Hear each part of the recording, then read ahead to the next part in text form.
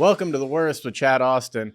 I have a guest with me today who is throwing up gang signs. Well, exactly. He's throwing up gang signs.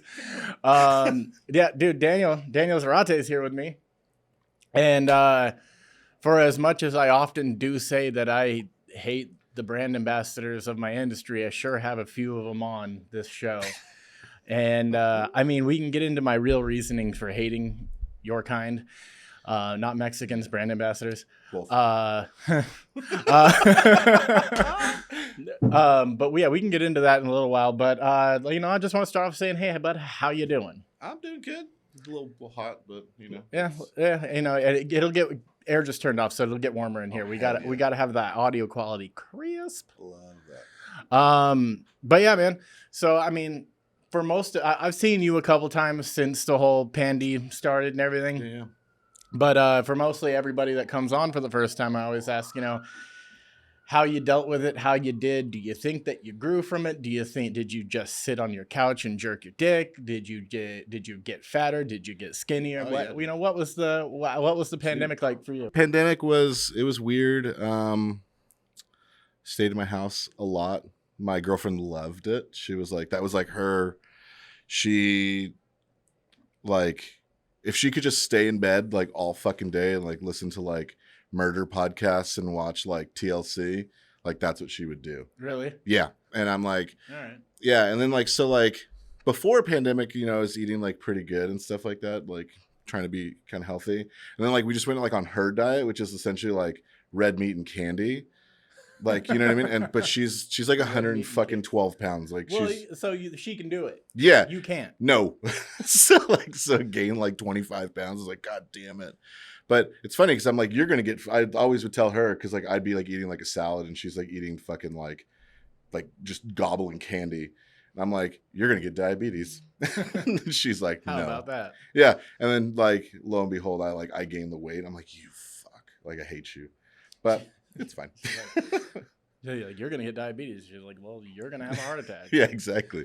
And then so now since then I've been working out and doing all that fun shit that's really not fun at all. Yeah, no, yeah. I mean, yeah. Especially getting back to work with the brand job, right? That's not fun. Yeah, dude. And like, so I actually stopped drinking during the pandemic. Oh, dude, me too. Yeah. So getting back into like the swing of like going out places and like doing stuff, like I sat there like, so I was with Tromba before that, and they let me go. They essentially like burned the house down and sold everything and let me go. And so I was like, you know what, I'm gonna take a break.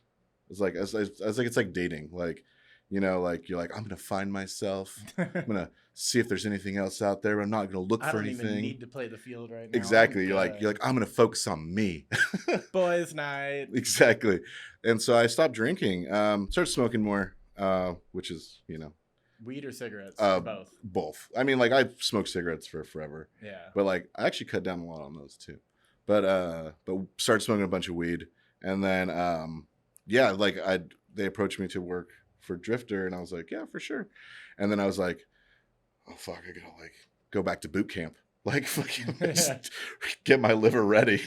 You know what I mean? So you're just training. You're like, all right, I'm gonna go to this bar and I'm gonna have 3 drinks and see how I feel. Yeah. And then I mean, because it's true though, like the one part of your job is going to places and pretending like you like them and then ordering drinks and telling them that they're not shitty and then, swiping your card. Yeah, pretty much. Okay. So, I mean, I was going to use this as a worst question, but since we're already on the topic, like, let's do it. Like what is probably, it doesn't even have to be, so you're not incriminating yourself with this brand job. It doesn't even have to be with this brand, but what is like the worst drink that somebody's ever given you with your spirit in it where you had to pretend like you liked it just because it was in there? Oh, Doug. Okay, so this is my favorite story about that in particular. So it was when Clifton's like first opened, like dog shit. And they had but they had like all of these like superstar bartenders I remember. to like open it up. I remember. And I was like, okay, cool. So we checked out. I was with Loft and Bear Vodka at the time. Like, yeah. I mean, it's for a vodka, it's not that bad. but I mean, it's fucking vodka. It's vodka. Like It's fucking all taste the same. Exactly. So I went to the upstairs bar. I forget what they fucking call it. It's what they call like the Gothic bar or some shit. I forget what it is. But I ordered a Moscow Mule. And this dude, like, it was like the best thing I've ever seen. Like, the dude grabbed like fresh ginger, mint, and limes, put them in a glass, muddled them, took the vodka, put it in there, dry shook it, and then dumped it over ice, and then hit it with like Q soda. And I was like, here you go. Like, no sugar, no nothing, muddled ginger, mint, and like, so it was like tart and gross, and like the ginger skin was like on still. Yeah. So it was just like the most hideous fucking thing I've ever had. And I was, dude. Yeah, dude. And I was like, it's a fucking Moscow. Just pour ginger beer on the goddamn thing. Dude, just like, pour vodka and ginger beer and call it a day. That's all you have to do. And this dude like tried to like make it like a show and like all this shit. I was like, I mean, I've never seen this dude ever again, like since. But I was like, this is the worst fucking drink I've ever had in my life. Fantastic. And that was like worse than me, like back in like learning about like cocktails. You know what I mean? They were like, make a daiquiri. I'm like, where's your frozen machine? Like, you know what I mean? Like, they're like, oh no. Sick, dude. I blender? Yeah, exactly. They're like, let me get an old fashioned. I'm like, I gotta ask your old lady for that, dude. Like, I don't do those. I used to purposefully make people bad drinks when they would come in just to see if they'd lie to me. Yeah. I mean, it became like a full on, like, unless it was somebody who I already considered as much of a homie as a brand ambassador can be, because I know that they're, pretty fake when they're coming into a bar. Mm-hmm. I mean, it's just, don't get your feelings hurt. We know it to be fact. Like, there's the rose colored glasses of like, oh yeah, we're all homies, but we don't hang out outside of the bar. Yeah. You come in because I have your product. We be buddy then, and then it's over. Yeah. And then until the next time you come in because you need me to pick up a case or It's very much like a hooker John kind of like. It is. It really like, is. It's a hooker and John type of relationship. It is. Like she'll call you sweetie. Yeah, like they make pretend you feel loved. Make you feel loved. You know what I mean? You're like, oh man, you go home thinking like, oh, I got a real connection, and then you don't hear from him for like 3 months. It doesn't even have to be hooker John. It could also just be a strip club. There's been many strip clubs where I've thought that I just made a really great friend. Yeah. They're like, here's my Instagram. Not even an actual phone number. They like slide in his DMs. I mean, I honestly haven't been to a strip club since Instagram's been around. That's been a long time. Oh dang. But never any phone numbers or Instagrams or anything like that. It's just like, oh no, honey, I can't give you my real name. Yeah, right. No, yeah, I mean that's the biggest thing. But like the people who like actually succeed are like the people who like are just not pieces of shit. Like you gotta like sell yourself too. You know what I mean? Like that's part of the reason why I'm good at this job is because like I'm reliable and fucking like if I say I'm gonna be there, I'm gonna fucking be there. Yeah, no, I mean that's always a plus. But so like I've never really explained why I always talk so much shit about brand ambassadors besides the obvious things that I just stated right there about like just being fake. But what it came down to was one time a couple of years ago when I had first started at Lono. Okay. Like probably about 6-7 months in, I had somebody come in pretty big with the industry and they were like, we have this new rum company that we're launching. And we think that, with your knowledge, you would be perfect to be the, West Coast guy for. And I was like, oh, well, yeah, that's like, cool. Like, sweet. I'd love to sit down and talk to you about money and whatnot. And they're like, yeah, but here's the thing. Oh, yeah. They're like, you kind of have a very big outspoken personality on social media. They're like, and you just have to be, basically what she said was, you just have to be a little less you. Oh, tight. And instantly I was like, fuck you people. Yeah, you're like, nope. Because, like, why else am I doing this work? Why else am I a bartender besides the fact that I just get to be me and fuck around? Like, there's so many people that take the job so seriously, and it's like, oh, no, we're in a business. No, dude, we fuck around for, like, 7-8 hours a day, sometimes longer, and we have fun. We maybe make some cool shit, but, like, the people that are trying to turn this into, like, oh, no, it's a serious business. No, dude, we're bartenders. Yeah, and like that's the biggest thing. It's like, dude, like when it comes to hospitality, it's like you're the host of a party. Yeah. Like keep the party going. You keep it going. Like you're hosting it. You know what I mean? Like you're getting people drinks, make sure they're happy. So if you're like taking it fucking serious, like your bar's gonna suck. Yeah, dude, no one's gonna want to hang out with you. You can take it serious, like behind the scenes, and like make sure your bar's making money, and like you make sure your shit's kind of rigid and stuff like that. But like once it's like showtime and like the doors are open, you can't fucking sit there and like be an asshole to your customers because they want a whiskey Coke. You know what I mean? Yeah. You're like, dude, if someone wants a fucking Pappy and like fucking diet, I'm like, you want 3 of them? Like, go for it, dog. I legit have a guy that comes to my bar twice a week. I had 3 bottles of Blanton's on stock. He solely has drank through every single one of them with Coke. Hell yeah. Blanton's and Coke. Hell yeah. And I ring him up. I make him his drink. He says it's delicious. We talk for a little while, and then he bounces. Yeah. And he moved since I'm out of Blanton's now. He moved on to Elijah Craig Barrel Proof, which is boom. It's but this is what he likes to drink. I'm here to give it to him and make sure he has a good time, not make him feel like shit about it. Oh yeah, dude. Like I had a regular before. He was embarrassed to like tell me like and when he first started coming in, like what his favorite whiskey was. And like he would like order like really high end whiskey. So like he drank through like I think all of my Buffalo Trace Antique collection. And then he every time like since the first time he finished and he was like, he's like, I'm kind of embarrassed to say. He's like, but I gotta finish with, old number 7, dude. Like, just give me a Jack Daniels. And I was like, why are you embarrassed about that shit? I was like, who cares? You know what I mean? He rolled his sleeve up and he had a giant Jack Daniels tattoo. And I was like, sick. I was like, dude, go for it, man. I was like, this one's on me. Fuck it. Like he's like, I like good stuff, but it's like eating fucking McDonald's, dude. Like, yeah, it's not very great, but like it fucking tastes good. Yeah, dude, that's the thing. It's like we all know that something's processed or terrible or whatever it may be, but at the end of the day, sometimes it just sounds good and it tastes good going in. You feel like shit later. And totally. You know why? Yeah, but at that moment you're like, these French fries are delicious. Yeah, dog. I'm telling you, like it's okay to be garbage sometime. On the way here, I stopped for a bottle of water at 7-Eleven and I was starving, and I bought 2 of their fucking taquitos from their little roller bin. Like, I mean, see, you're brave, dude. Like I have only fucked with the hot dog. Like hot dog. That's like I've seen people like get down with the pizza, and then I've seen people get down with the chicken wings, but I was like, I've tried the pizza before, and it's just the sauce. I can't do it. The sauce tastes like pure sugar. It's really weird. It's gross. It's like very sweet. Like the one that like turned me off the most. I saw like used to have I actually threw up on the 101 because of it. Nice. Dude, I was a passenger in a car and I was fucking hammered. And we were coming back, I forget from where. It's like a show in West Hollywood.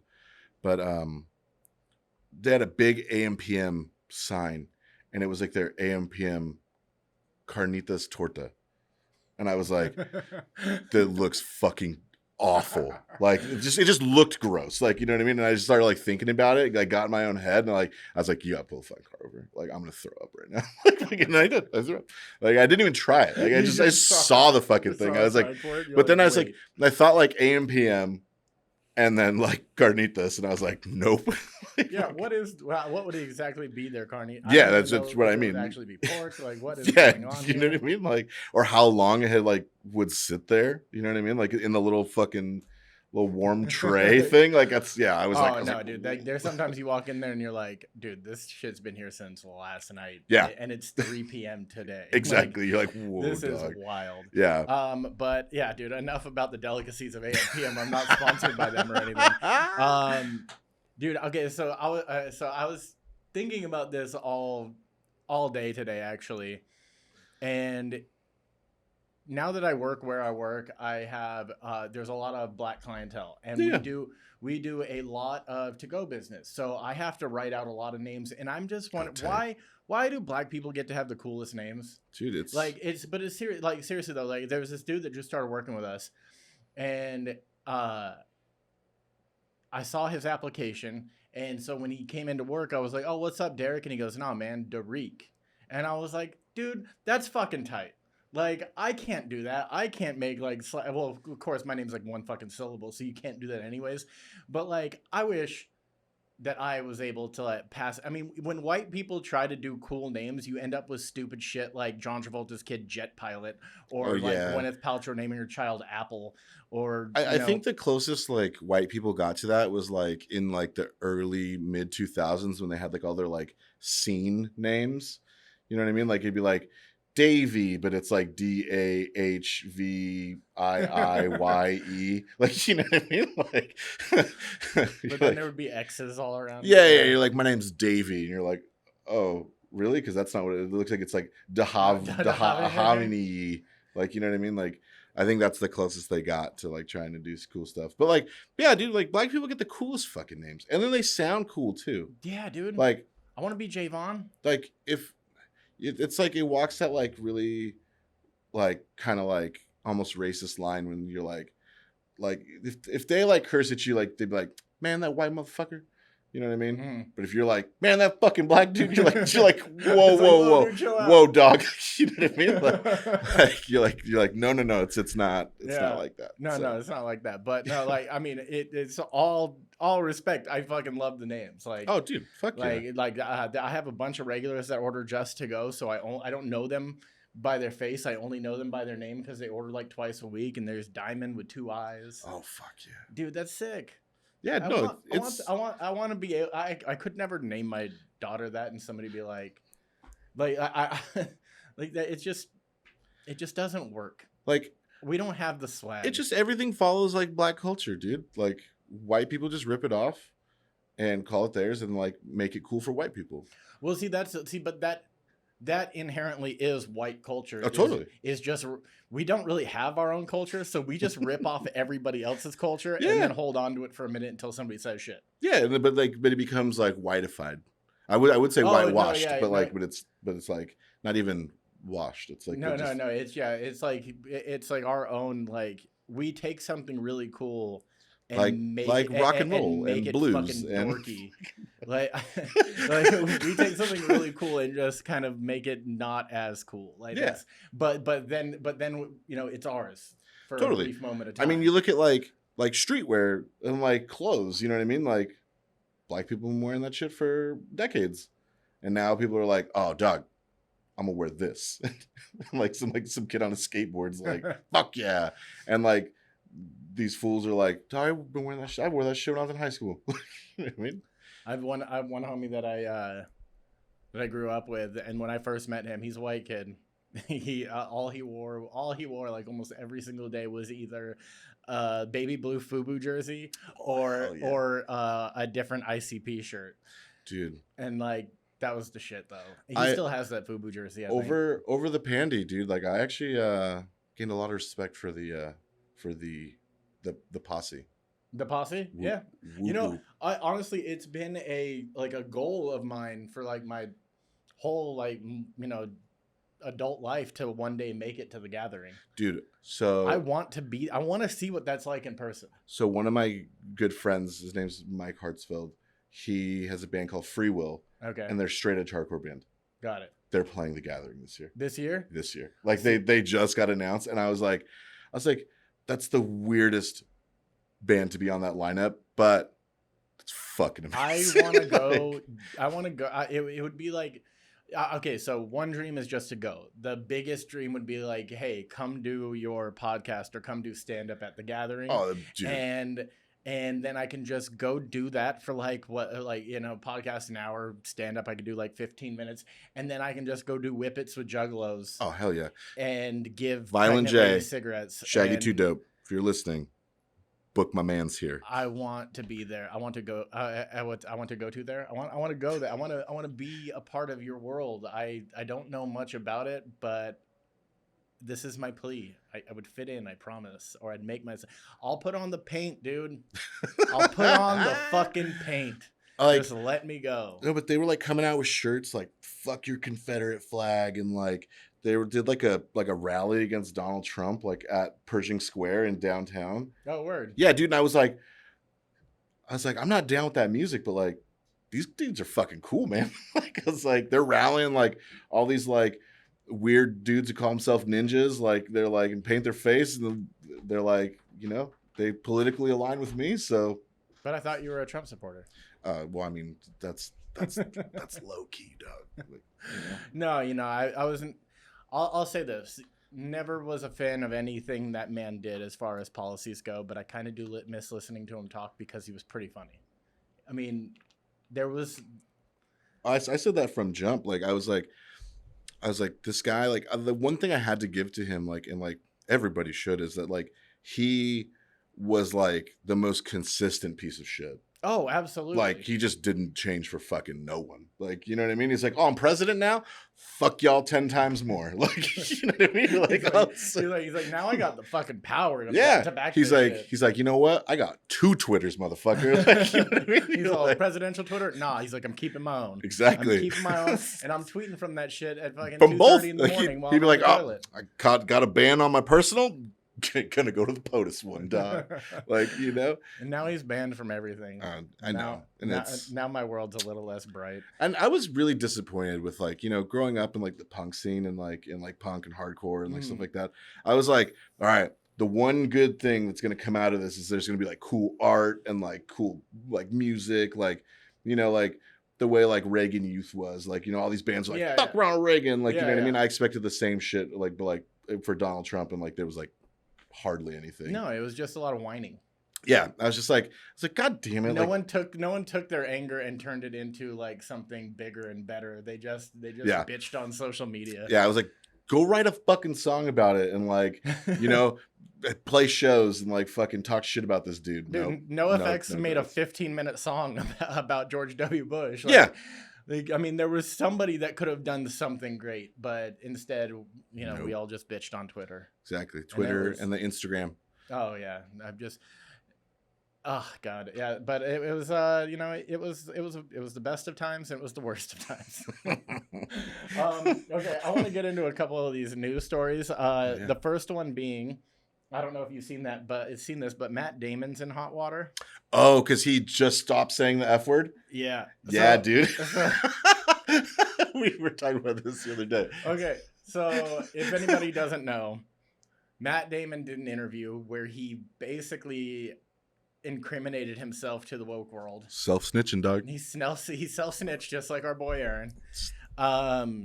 He went on this interview and was like, he's all, a couple months. He's all, I just stopped using what his daughter calls it the F slur. I've just stopped using the F slur a few months ago when I was having dinner with my daughter, and I made a joke. Sorry, I love the fact that it's like that's like dinner table talk with Matt Damon. He's showing his real Boston side. Yeah, totally. Like Marky Mark beats up Asian dudes. Like Matt Damon says the F slur. Yeah. But it's so I guess he used it in a joke, and his daughter got up and stormed out of the room, and then she went to her room and wrote an essay on why the word is bad. Oh, damn. And presented it to him. And he said that when he read the essay, he was touched that his daughter cared so much, and he really wasn't thinking of it as a slur towards gay people, he said, but he promised to never use the word again. So this news story gets out, and then everybody on the internet just attacks it. Oh yeah, you just stopped using this a few months ago, how dare you? And but the best is like in that interview, like when he told that story, like he wanted kudos for stopping. He's like I learned. Okay, so I relate this to 2 different stories. Do you remember Papa John a few months? Oh yeah, like dude. Fuck yeah. He used the N-word in a press not in a press conference, in a conference room. Yeah. He used the N-word. Somebody recorded it, let it out, and then he went out and made 3 months later made a statement how he's trying to reduce the use of that word from his vocabulary. Like trying to reduce it. Like it's like he's like not like I eliminated it. He's like I'm trying really hard not to say it, guys. Yeah, but come on. He's like he went from like I don't say it in public anymore. He's like I try really hard, but sometimes he's like when I'm rapping along with the locks, it's just really difficult to not. But and then also there's another one with self-incriminating. Do you remember Liam Neeson's thing? Oh yeah, when he was like the black bastard. bastards. Yeah, he's like, yeah, oh yeah, that was. So basically, if you don't remember this, Liam Neeson was in the middle of an interview and started telling this long diatribe story about how his female friend of his was raped back in the day, and this was like the early 90s, and he said that he would spend every night going up and down the streets in New York looking for that black bastard. Yeah. And people were like, whoa, bro. Like, now, whoa. here's the thing. Like, most people were upset that he just automatically assumed that this guy was black. But I think it's more offensive that he automatically assumed the guy didn't have a father. Right? Yeah, no, totally. Like, he was like, black bastards. Like, you know what I mean? He's like, damn. He's like, of course he doesn't. Like, you know, and you're like, whoa. Hey, well, I mean, let's be a little bit more progressive on this one. That's a twofer right there, dog. Yeah, like you doubled up. Yeah. But yeah, so anyways, Matt Damon, he says all this, and I don't know. What are your thoughts on it? Should he be being crucified for it? I mean, yeah, I mean, in the sense of like, I mean, we all used to say that word. I mean, like, dude, when I was in like, I skateboarded when I was a kid. Like, that was the thing I criticized the most about that movie mid-90s, like that Jonah Hill movie, like about them like skateboarding. I was like, I lived in Southern California and skateboarded in the mid-90s. Like, I was probably like those like teenagers ages, you know what I mean? Yeah, yeah. But like, we would like the words like gay and fag were like, it could be like your skateboard was gay, like, you know what I mean? Like, yeah, it was like, it was never like, it never was like a slur, but like everybody said it. And like, I mean, recently in the last like 10 years that we were like, yeah, probably not. Like, once I like actually had gay friends, like I was like, oh yeah, that's kind of hurtful. Like, you know what I mean? Like, but then they would say it more than anybody. And I was like, okay. But I'm like, it's your word. That's your word. Exactly. So, but like for him, I'm like, yo, like, yeah, like, I think he should be criticized for it, for like being like proud that he like stopped using it, like after his daughter wrote an essay on it. Like, yeah. Like if you say it so much that your kid has to like go and like do a fucking book report on like why that word is offensive, like I have a few. You might be a little tone deaf there. No, yeah, absolutely. I have a few things that I want to say about that. Like, okay, so whatever, man. You say what you say. Whenever you say it, I don't give a shit. But what he just said, don't go looking for like credit for stopping using a word when you shouldn't, when you know damn well you shouldn't be using it already. And then second of all, as far as the article goes, it says that he was quoting his movie from 2003, Stuck on You, where he was a conjoined twin with Great Kinnear. Oh yeah. So I think that is probably more harmful than using the word, is that you're still quoting a movie you made in 2003 that wasn't very good in the beginning. That just blew my mind. Do you know how like as like lay people or not movie stars, like we'll like quote movies, like do movie stars like quote their own movies? Oh, dude. Okay, so I have another story about that. Do you know who Peter Dante is? Yes. He was like he was Dante in Grandma's Boy. Yeah, and he's always in Adam Sandler movies. So when I lived in the desert, he used to come party with us all the time. Like, oh hell we met him at a bar called the Beer Hunter, and then we took him back to our house one night, and he just showed up with like 2 ounces of weed and a couple of like 12 packs, and he raged with us all night to the point where like we made him like an honor. We were all like 21 at the time. We made him like an honorary member of our crew, and he would just hit us up all the time like, yo, what's up? What are we doing tonight? So he'd always come over. But once he'd start to get faded, he would start quoting his own lines from Grandma's Boy. That's fucking amazing. We'd be standing in the kitchen, and you pass him a joint, and he goes, bro, I hope this isn't the Frankenstein. Oh. and he would do that shit all the time. And then also, he's a very, very, I love you, man. You're great. He's a very, very touchy-feely man. Oh, so, yeah. One of my friends, Wayne, who is in very good shape, like nice, like muscular tone, he took a very keen liking to him and was constantly like grabbing his chest and like rubbing his nipples and stuff and just telling him how great his aura and his energy were. Oh my god! Adam Sandler I have a second person to back up the fact that movie stars do quote their own shit, especially when it makes other people excited about it. But I'm sure Matt Damon's also. This was the other thing I wanted to say about Matt Damon using the word was, your daughters are 10, 12, and 15. maybe don't do it in front of them. Yeah. You know, Well, I mean, that's like dinner time talk. You know what I mean? He's like, hey, kids. Yeah, exactly. I say horrendous shit on this podcast, and when I do stand up, I don't say the nicest things to people or about myself, but I never ever repeat that when I'm at home. Yeah, no. When I'm around my 11-year-old daughter, I don't say any of these things. Right. I might slip out like a fuck every once in a while. But she knows that's the thing is like, she knows it's a bad word. She's not supposed to use it, but I don't drop into like slurs. I just say like generic curse words, Yeah, you know? Yeah. I get you. Like we were talking about that like over pandemic, and like you're talking about like not using like those kind of words at home. It's like, what are people going to do? Like there's going to be so many more like school fights now. Like, cause before like, you'd be like, yeah, man, I fucked your mom.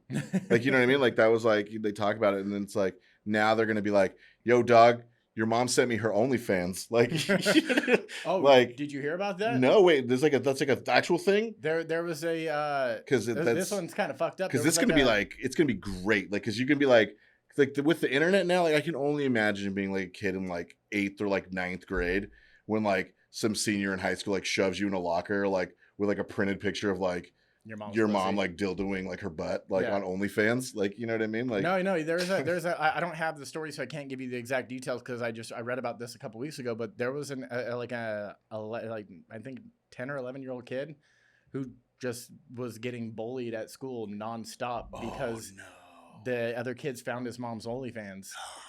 And when he went home and told his mom that he was embarrassed by it, she was just basically just kind of blew him off like, this is my sexuality and I'm comfortable with it. Listen, he's Billy. He's like, yeah, but mom, I'm being bullied because of it. And she didn't care. And she's like, this is how we keep this roof over your head. So like, she's like, I'm in the top 2%, motherfucker. Yeah, like I get it. Like if that's your business, dude, for sure. But like, you gotta protect those kids, man. Because like, don't post about it on your open Twitter like, if you have because like little kids are like, because that's how the kids found it. They found it on like she openly posts about it on her Twitter. Like little kids are fucking ruthless, dude. Like. They'll say like the most fucked up shit to you, like shit that like cuts you to like your soul. You know what I mean? Yeah. They'll be like, "Yo, your fucking eyes are too close together," and you're like, "Whoa!" you're like, yeah, that. I guess. Dog, I've told this story before, but when I was in 3rd grade, and I'll never forget this because I've never felt more bad.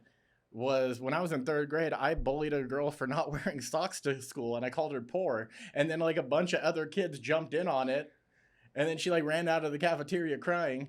And I was like, oh shit. I didn't think this would catch on, but you know, like kids just catch on to the most like stupid thing, and then they're like, and then just use it against you. Yeah, they're fucking awful. Dude, I'm still not that great. I'm working on it, but I was a terrible child. Did you see Madonna's titties? No. Well, I mean, I've seen them before, but okay, so not recently. Madonna's 62-year-old titties. Did you see them? What? Okay. Did they talk with a British accent? Hello, love. So Madonna did a Pride performance. And she came out wearing nothing but like fishnet from like head to toe, and then she put on like leather shorts over the bottom, but like the top half was just titties out in fishnet. They like her breast meat pushing through fishnet like she's making gnocchi or titellini or something. Yeah, right. But yeah, so she has all like, I mean, here I'll show you. That's oh dang. You know, hey. How old did you say she's 62? 62. I'm still going for it. Yeah, dude. Still would. But my favorite thing ever, because I was looking through all these photos, was there, and I'm going to show it to you, and then I possibly send it so maybe we can get it up on the screen when this airs. But there's this gentleman, this security guard, who just looks so unhappy that these are the only titties that he's seeing today. Oh yeah. While he's fighting to hold the crowd back. And he's just like, out of everything, he's like, he looks like his wife is around the same age, and he was there to see something better, right? And he's like, he's just, it's just, you know, the look of dread, the look of anger on this man's face. he's just like, I didn't sign up for this shit. All right, dog, we got about 15 minutes left, so we're going to get into some of the worsts. Yeah. Let's do it. All right. How it goes, name of the show is The Worst. So I ask all my guests, like, questions about what was the worst of this, what was the worst of that. And, you just give me a story, whether it's embarrassing or just a bad night or something that we can turn into funny. Whatever it may be. And we'll start with this one. What is the worst brand you ever worked for? A worst brand I ever worked for? It has to be Loft and Bear Vodka. Yeah, and that one doesn't have to turn into a story. It's just worst. Worst brand. Worst night out drinking. Ooh, like worst is in like it was a shit show. No, there's been several. I gotta think about that one. We can come back if you want. Yeah, we'll come back to that. Worst sexual experience. Oh, worst sexual experience. So there's been a couple, but the one I can think of the most was, so I went home with this girl and we went back to her place. We're at a bar, went back to her place, and maybe I just didn't notice it because we were like at the bar drinking and like she had drinks, but like her breath was like just like awful, like halitosis, like awful. Ooh. And like we got back to her place and like there was like Del Taco wrappers and like empty Corona bottles and shit like around her room, and I was just like, and I was wasted, like, I was pretty drunk and like didn't you like have any leftovers. Yeah, but like I like didn't really like realize it like until like we put like a movie on, like, like, and then like started like making out and stuff like that, but like until like I was like behind her and we were like we're fucking, and like I like started kind of like looking around and I was like, oh dude, like this is not cool. Like I was like, I gotta get the fuck out of here. And like I like legit like faked an orgasm. Like I was like, oh, I'm gonna come, like like gave like little twitches even, like, and I was like okay, cool, ripped that condom off and like fucking like threw it away. It was like, all right, I'm out, see you later. Like I had to fucking go. She's like but wait, and I'm like, nope, see you later. I was like, I gotta go. so I feel like she not only felt bad like because she thought I just like boned her and like had to leave, but like little did she know I like didn't even finish. Like I was just like, you're gross. Like I gotta fucking go. I think you're probably one of the only, because I've interviewed quite a few people and I've asked this question to basically everyone. I think you're the only person that's ever like just couldn't go the mile. Yeah, no, because of a dirty house. Like, dude, it was like, it's just fucking gross, man. Like, because like I start thinking about, so like I'm like, what's her hygiene like if it's like right? This? I get like Jerry Seinfeld, dude, about that type of shit. Like I'm like, I went to like, it looked like a reputable massage place. Like it looked like it had like a nice facade. It had a fucking receptionist desk. There was an actual receptionist there. You know what I mean? And like we get back, getting a massage. Maybe like halfway through the massage, she brushes the boys, and I was like, it's probably an accident. Okay. And then like happened again. And I was like, 3 strikes. She's like, wakey. Yeah. And then like she was like, you want to turn over? And I was like, I guess, like whatever, like, well, you're gonna do like my chest, I guess, like, and then she was like, and I was like, and then like I was like, no, thank you. And then my head just went like, oh fuck, like how many other dudes have like jizzed on this table, and like you know what I mean, like how many dicks have you touched today as you're rubbing my entire body, like, you know what I mean? I was like, nope. She must wash her hands. She doesn't want that, but like on herself, there's germs there's want. Somewhere, you know what I mean? But like that's where like my head went, like to like this chick's room. Like I was like, oh, if your room is this gross, like how gross is the rest of you? And then like I was just like, oh yeah. All right. Awful. Respect, I guess. All right. What's the worst thing about bar people? The worst thing about people that work in our industry, what do you think the worst thing is about them? That they lie constantly. Like I had to check someone who about saying that I was like their mentor. You were their mentor? Supposedly. Why would they even admit that? Right? That's why I was like, whoa. But I was like, yo, dog, gotta keep my name out your motherfucking mouth. because like I didn't teach you shit. You were on my. You'll tell me off camera who it is. Yeah. Oh yeah. Okay. Cool. Yeah. I mean, it's true though. Like, Oh yeah. I lie to everybody. Like to a certain extent, but like not like about like the biggest shit. You know what I mean? No, like, no. Like, but yeah. I mean, but daily, my job is. Yeah. I'm lying to make you feel better. Of course. But I like, don't want to hear your problems, but I'll pretend that. And just I can't tell you how many times people will just. but like, hey, and also I lie every day when people say, "Hey, how you doing?" and I say, "Good." yeah, of course. That's a different story. Like, but I'm talking like they lie to you about like just like asinine shit, like places they've worked or like where they've been. You know what I mean? Shit like that. I've been like, to that bar. Oh, yeah. No, I worked there. I staged there. No, yeah, and it's like, no, you didn't. No, you didn't. And but it's just like a why. Like, I don't think you're fucking cooler because of it. But like, they think that it makes them cooler. Yeah. And I think that a lot of that is like inexperience too. Like, I think so too. When you are just like 5 years into this and younger. Yeah. Like you're just trying to impress everybody around you with like your knowledge and your this and your that. Yeah. And then slowly you just turn into somebody that just doesn't care anymore. And then you're me. And then the other thing is like, I know I'm gonna catch some flack for this because like I have a brand that's in like the tiki kind of community, but like I don't give a fuck what you think goes in a Mai Tai. I really don't. If you want pineapple juice and orange juice, maraschino cherries. But that goes back to our earlier conversation about just drink what you like. Yeah, doesn't fucking matter. Exactly. Like no one needs to be like, I don't give a fuck if Trader Vic or Beach Bum Danny fucking invented it. Like, who gives a flying fuck? No, seriously though. And then also like I don't know. Did you go to Tiki Oasis? No. I was gonna go. Brand was. We were gonna go, but just ran out of time, and because I didn't go this year, but I wanted to ask if you went. I wanted to ask you how many people invited you into their room for a swingers party because that happens constantly. Oh no, dude, it's just like giant swinger fest. It is, and I think it's funny because like most people have like pineapples with them, or like I think it's really funny to see like industry people with like pineapple tattoos, because like the upside down pineapples, like that's like the the swinger thing, like you know what I mean? They're like, yeah, you down? Let's go. Yeah, turn that pineapple upside down. Exactly. See, there you go. I love it. I know. Yeah. So okay. So did you ever think of what the worst night out drinking was? Because if not, we can skip it and move on to the next. Worst night out drinking.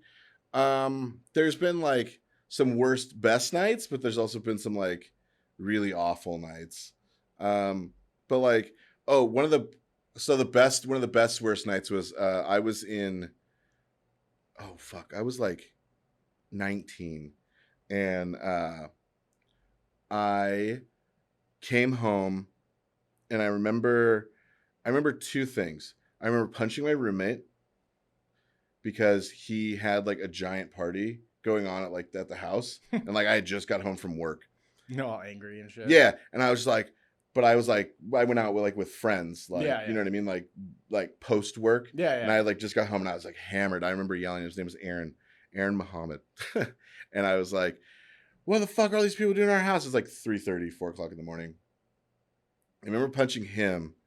And I remember my other friend David throwing someone through one of our walls in like our apartment. Like he like freaked out and like threw someone through a wall, and then I woke up outside on our front like little like lawn area, and that's like really all I remember about it. But I remember Aaron because he was like, he said something. He's like, "Well, you can fucking move out," and I was like, "My name's on the fucking lease." Like, you're pretending to be the responsible one. Yeah, and I'm like hammered, like just fucked off, and like that was like. I probably just wasn't doing cocaine that night, but I just remember like punching him like square in the face. And like, I mean, that type of aggro makes it feel like you were doing cocaine that night. Yeah. I mean, like, it just wasn't, I don't know. Yeah. It was weird. But yeah, that was one of the worst nights. Okay. So next thing is, 2 truths and a lie. You can go first if you want, or I can go first. You go first. Okay. 2 truths and a lie. All right, I'm going to give you 3 things, and you just pick which one. I mean, I don't know. I have to explain this. I'm pretty sure everyone just by the title gets what this is. I got suspended in 3rd grade for drawing a whorehouse like full on coloring, drawing a whorehouse. And then my teacher came up and saw it and was just like, what the fuck? Another one would be when I was 10, I couldn't hold my bowels and I took a shit in the middle of a grocery store. And then the third one was when I was, in my late teens, early 20s. I went to a party, got really drunk, met this girl. We went into one of the bedrooms together, and I started to go down on her until I had a tampon string on my tongue. Oh. And then slowly dipped out of the room. So there's the three things. Which one of those is a lie? I think the third one's a lie. It's the second one. I did not shit in the middle of a grocery store. Oh man. I figured you would have No, see, it was being. It was being drunk and then not knowing. Oh, see, it was a surprise. See, I was gonna say being a champ should just fucking just rip that thing out. You know what I mean? But let's with your teeth. I was startled and I was hammered, and I was I think 19 or 20, so it was maybe like the second or third vagina I've seen in my life. Damn. Up close. Yeah. So it was an experience where I was like, I don't know what to do. I'm gonna take off. All right. Do you have anything? Yeah. One. I stole a van, with a friend of mine. Nice. A mutual friend of ours. Okay. At Portland Cocktail Week. Sick. I saved a diabetic girl's life mid-flight on an airplane. And I can't even think of a third one. So the third one's going to be the lie. No. Well, yeah. You already got it. That's great. No, yeah. I'm always bad at games. It's all good. But yeah, dude, I really did save You really did save somebody's life on a plane? Yeah, she started having like a seizure. And I was sitting here. This bitch a banana. And she was sitting closer to where you're at.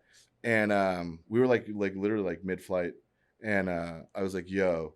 I was ringing the fucking bell, and they're the flight attendant came over. They're like, "Oh my god!" Just plugging your nose and pouring orange juice. Yeah, I was like, "Give me some fucking orange juice!" They were like a doctor, I need orange juice, stat. Yeah, CCC. Exactly. And they had no idea what was going on. They're like, "What do we do?" And it was this super Twinkie gay dude fucking flight attendant. He's like, "Oh my god!" Screaming and I was like, "Yo, you're the fucking flight. You're supposed to keep us calm." Yeah, right. You're panicking right he's now. Panicking, fucking freaking out.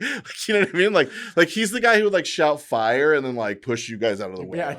Fucking Get the fire! Fuck out of my way. Fuck you! Women and children first. Yeah. Fuck that. And but yeah, he gave the chick orange juice, and we ended up, because of the flight from LA to New York, we ended up stopping in Philly, and then my reward for saving this chick's life was they gave me first class. I thought flight. They were just going to give you a Philly cheesesteak. No, here you go. No, fatty. they gave me a first class flight from Philly to New York, which is an hour, 45 minutes. If that.